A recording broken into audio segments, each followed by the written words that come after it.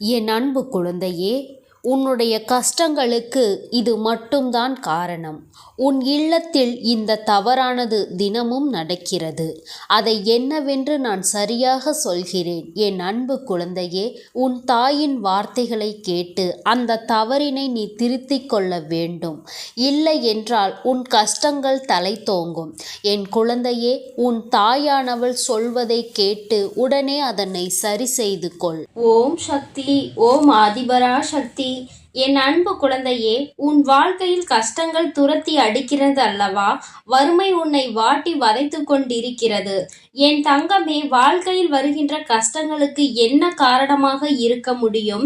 நாம் எத்தனைதான் உழைத்தாலும் நம்மை துன்பங்கள் வாட்டி வதைத்து கொண்டிருக்கிறது என்று என் பிள்ளை நீ நினைத்து கொண்டிருக்கின்றாய் அல்லவா? என் தங்கமே, இன்று உன் தாயானவள் இந்த கஷ்டத்திற்கெல்லாம் காரணம் என்ன என்பதை தெரிந்து கொண்டு வந்திருக்கிறேன். அது வெளியில் எங்கும் இல்லை, உன்னுடைய இல்லத்திற்குள் தான் இருக்கின்றது. உன் இல்லத்தில் நடக்கின்ற சில தவறுகளால் தான் உனக்கு வறுமை உன்னை விட்டு பிரியாமல் உன்னோடு இருந்து கொண்டிருக்கிறது என்பதை நான் புரிந்து கொண்டேன். நான் இப்போது உன்னோடு பேச வந்திருக்கிறேன் என் தங்கமே. உன் வாழ்க்கையில் வறுமை என்பது உன்னோடு ஒட்டி பிறந்தது போல என்னாலும் தொடர்ந்து கொண்டே இருக்கிறது. அம்மா இன்று உனக்கு அதனை உணர்த்துவதற்காக தான் இங்கு வந்திருக்கின்றேன். என் தங்கமே, நான் சொல்லி முடிக்கும் முன்பே நீ நிச்சயமாக இதுவெல்லாம் உன் இல்லத்தில் நடந்து கொண்டிருக்கிறது என்பதை நீ புரிந்து கொள்வாய். ஏனென்றால் அம்மா காரணம் இல்லாமல் உன்னிடத்தில் எதையும் கொண்டு வந்து சேர்ப்பது கிடையாது. உனக்கு எது பிரச்சனையாக இருக்கிறதோ, எதனால் உனக்கு நடக்கின்றதோ, அது நல்ல விஷயங்களாக இருந்தாலும் சரி, கெட்ட விஷயங்களாக இருந்தாலும் சரி, அதை முன்கூட்டியே உன்னிடம் சொல்லி விடுவதற்காக தான் உன் அம்மா வந்து கொண்டிருக்கின்றேன். என் தங்கமே, உன்னிடத்தில் அதை பற்றி நான் முழுமையாக சொல்கிறேன். இதையெல்லாம் நீ நிச்சயமாக இன்று இரவுக்குள் தெளிவாக புரிந்து கொண்டு நாளையில் இருந்து இந்த தவறினை நீ ஒருபோதும் செய்யக்கூடாது. என் தங்கமே, வறுமைக்கு வழிவகுக்கக்கூடிய இந்த தவறுகள் உன்னுடைய இல்லத்தில் இருக்கிறது என்றால் அது உண்மைதான். ஏனென்றால் நானே அதனை கண்கூடாக கண்டுவிட்டேன் அல்லவா? உன்னுடைய இல்லத்தில் நான் இருக்கும் பொழுது உன்னுடைய குடும்பத்தில் இருப்பவர்களும் நீயுமே கூட சில நேரங்களில் இந்த விஷயத்தை செய்கிறாய். இதை செய்யக்கூடாது என்று சிலருக்கு தெரிந்திருக்கும். ஆனால் அந்த நேரத்தில் செய்கின்ற பொழுது அதை மறந்து விடுகிறார்கள். தான் செய்வது தவறு என்பதை அதன் பின்னால் உணர்வதும் கிடையாது. நம்முடைய இல்லத்தில் தெய்வங்களை குடியமர வைக்க வேண்டும் என்றால், தெய்வங்கள் உன் இல்லத்தில் நிரந்தரமாக இருக்க வேண்டும் என்றால், அவர்களுக்கு பிடிக்காத சில விஷயங்களை நீ ஒருபோதும் செய்யக்கூடாது. நீ நன்றாக இருக்க வேண்டும் என்றுதான் அவர்கள் உனக்கு ஆசீர்வாதங்களை வழங்க வருகிறார்கள். அந்த நேரத்தில் நீ அவர்களை அவமதிக்கும் விதமாக நடந்து கொண்டால் அது அவர்களுக்கு மனவேதனையை கொடுத்துவிடும். அப்படியே அங்கிருந்து சென்று விடுவார்கள். என் தங்கமே, அம்மா சொல்கின்ற தெய்வங்கள் யாரெல்லாம் தெரியுமா? உன்னுடைய குடும்பத்தில் வறுமை இல்லாமல் இருக்கவும், செல்வ செழிப்போடு இருக்கவும் உனக்கு துணையாக இருக்கக்கூடியவர்கள் லட்சுமி தேவியானவரும் குபேரரும் தான். என் தங்கமே, இவர்கள் இருவரையும் ஒரு நாளும் அவமதித்து விடாதே. அதற்கு அம்மா சொல்கின்ற இந்த விஷயங்கள் எல்லாம் உன் இல்லத்தில் நடந்து கொண்டிருக்கிறதா என்று ஒரு முறை சோதித்து பார். என் குழந்தையே, உப்பு ஒருபோதும் நீ கீழே சிந்திவிடக் கூடாது. ஏனென்றால் அது மகாலட்சுமியை அவமதிப்பதற்கு சமமாகும் அல்லவா? அதனால் எப்பொழுதுமே உப்பினை கீழே சிந்தாமல் பார்த்து கொள்ள வேண்டும்.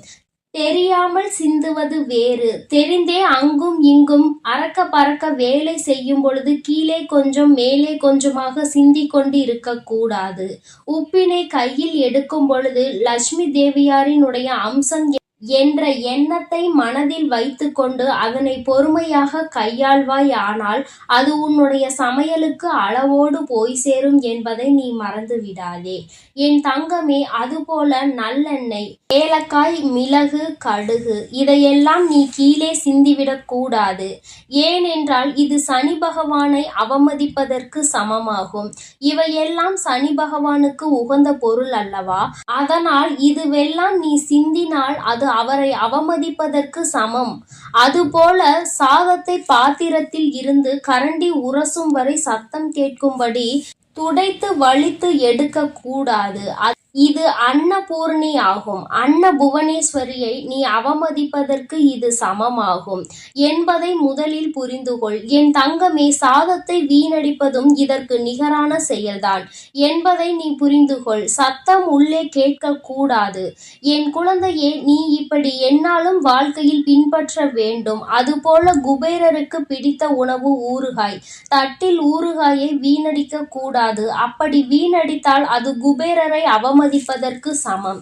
நிறைய ஊறுகாயை வைக்கும் பொழுது எப்படி வைக்க வேண்டும், எவ்வளவு வைக்க வேண்டும் என்று தெரியாமல் சிலர் அதனை வீணடித்து விடுகிறார்கள். பொதுவாக ஊறுகாயை அதிக அளவில் எடுத்துக்கொள்ள முடியாது. ஏனென்றால் அது உப்பு காரமும் அதிகமாக இருக்கக்கூடிய ஒரு பொருள். அதனால் தேவைக்கு இன்றி அதிகமாக அதனை எடுத்து வைத்துவிட்டு அதன் பிறகு அதனை வீணடிக்க கூடாது.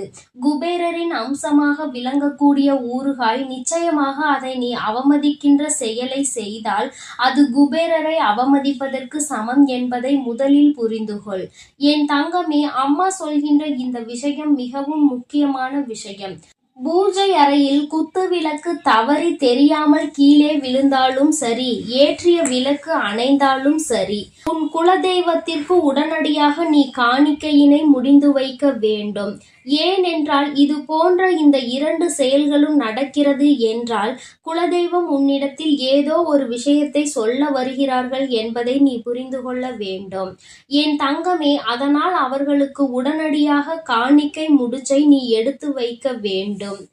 எப்பொழுது அவர்களை காண வேண்டிய நேரம் உனக்கு வருகிறதோ, எப்பொழுது உன்னுடைய குலதெய்வ கோயிலுக்கு செல்ல வேண்டிய நேரம் உனக்கு கிடைக்கின்றதோ, அன்று அந்த காணிக்கை முடிச்சினை நீ அங்கே கொண்டு உண்டியலில் போட்டாலும் சரி, அதை வைத்து அவர்களுக்கு ஏதேனும் பூஜை பொருட்களை வாங்கி கொடுத்தாலும் சரி. என் குழந்தையே, இது போன்ற செயல்கள் எல்லாம் உன் இல்லத்தில் சரியாக நடக்கிறதா என்று ஒரு முறை சிந்தித்து பார். என் தங்கமே, ஏற்றிய தீபம் அணைந்தால் வருத்தப்பட தேவையில்லை. குலதெய்வம் உன்னை காண வேண்டும் என்று நினைக்கிறார்கள் என்பதை நீ அப்பொழுது புரிந்து கொண்டால் போதும்.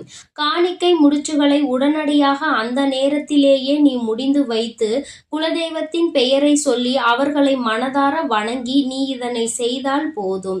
என் தங்கமே, இப்படியெல்லாம் உன்னுடைய இல்லத்தில் சில தவறுகள் தொடர்ந்து நடந்து கொண்டே இருக்கிறது. முக்கியமாக இதில் குறிப்பாக நடக்கக்கூடிய விஷயம், சாதத்தினை கரண்டி அடியில் படும் வரை சத்தம் போட்டு வலித்து எடுப்பது. என் தங்கமே, அங்கு இருக்கின்ற 1-2 பருக்கைகளை அப்படியே விட்டுவிடு. என் தங்கமே, அம்மா அந்த சாதத்தை நான் அப்படியே எடுக்கவில்லை என்றால் அது வீணாகத்தானே போகும் என்று நீ நினைக்கலாம். என் தங்கமே, அது அப்படி அல்ல. கடைசியாக இருக்கின்ற அந்த சாதத்தை உன்னுடைய கையால் வலித்து எடுத்து நீ கால்படாத இடத்தில் போட்டாலும் சரி, எறும்புகள் நடமாட்டம் இருக்கின்ற இடத்தில் போட்டாலும் சரி, காகத்திற்கு போட்டாலும் சரி, யாரேனும் ஒருவருக்கு அது பயன்படக்கூடியதாக இருக்க வேண்டும். யாரேனும் ஒருவருக்கு, யாரேனும் வாயில்லாத பூச்சிகளுக்கு அது உணவாக மாறிவிட்டால் அது உனக்கு மிகப்பெரிய பலன்களை கொடுக்கும். அதை உன்னை வீணடிக்க சொல்லவில்லை. என் தங்கமே, சில குழந்தைகள் நினைப்பார்கள், அம்மா நிறைய பொருட்கள் சாப்பிட முடியாமல் எஞ்சி அங்கே கழனியாக செல்கின்றது என்று. கழனி என்றால் அத்தனை மோசமான விஷயம் கிடையாது. என் தங்கமே, அதை மாடுகள் உணவாக அருந்துகின்றார்கள் அல்லவா? அதனால் அதை நீ வீணாக்குவதாக ஒருபோதும் நினைக்காதே. இன்னொரு உயிருக்கு உணவாக தான் கொடுக்கிறாய் என்பதை முதலில் புரிந்துகொள். வீணாக்குவது என்பது என்ன தெரியுமா? யாருக்குமே பயன்படாமல் அந்த உணவு போவதுதான். நீ எங்கே போடுகிறாய், எப்படி போடுகிறாயோ அந்த இடத்திற்கு எந்த ஒரு உயிரினமும் வராது. அதை அவர்கள் யாருமே உண்டு பலன் கிடைக்காமல் போவார்கள். அது போன்று செய்வதுதான் வீணடிப்பது என்பதை முதலில் நீ புரிந்துகொள். என் தங்கமே, அம்மா சொல்கின்ற விஷயம் உனக்கு புதிதாக தோன்றலாம். ஆனால் ஒரு உயிர் அதை சாப்பிடுகிறது என்ற விதத்தில் நீ ஒரு முறை சிந்தித்து பார். அப்படி செய்வது நிச்சயமாக என் குழந்தையே, நீ இன்னொருவருக்கு உணவு கொடுக்கிறாய் என்கின்ற அர்த்தத்தில்தான் மாறும் என்பதை நீ புரிந்து கொள்வாய். நீ வெளியில் சென்று உணவு அருந்தும் பொழுது அங்கே சாப்பிட முடியாமல் வீணாக்க கூடிய அதை அப்படியே வீசிவிட்டு வருவதுதான் உணவை வீணடிப்பது. ஒருவேளை என் குழந்தையே, உனக்கே தெரியாமல் அவைகள் எல்லாம் குப்பையில் தள்ளாமல் அங்கு இருக்கின்ற நாய்களுக்கு உணவாக கொடுத்தார்கள் என்றால் நிச்சயமாக அதுவும் உனக்கு ஒரு வகையான புண்ணியத்தில் வந்து சேரும். என் பிள்ளையே, அப்படி இல்லாமல் அது வீணாகி போகிறது என்றால் அது மிகப்பெரிய தவறு என்பதை நீ புரிந்து கொள்ள வேண்டும். என் தங்கமே, அதனால் ஒரு நாளும் உணவை வீணாக்காதே. எத்தனையோ பேர் உணவில்லாமல் தவித்து கொண்டிருக்கின்றார்கள். என் செல்ல குழந்தையே, அம்மா சொன்னதை கவனமாக நினைவில் வைத்துக்கொண்டு நீ இனி இதுபோல் நடந்து கொண்டால் நிச்சயமாக இனி உன் வாழ்வில் எப்பொழுதும் நல்லது நடக்கும் என்பதை நீ மறந்து விடாதே. என் அன்பு பிள்ளைக்கு இந்த தாயானவளினுடைய ஆசீர்வாதங்கள் எப்பொழுதும் முழுமையாக இருந்து கொண்டே இருக்கும். ஓம் சக்தி, ஓம் ஆதிபரா சக்தி, ஓம் சக்தி, ஓம் ஆதிபரா சக்தி, ஓம் ஸ்ரீ வராகி தாயே போற்றி போற்றி.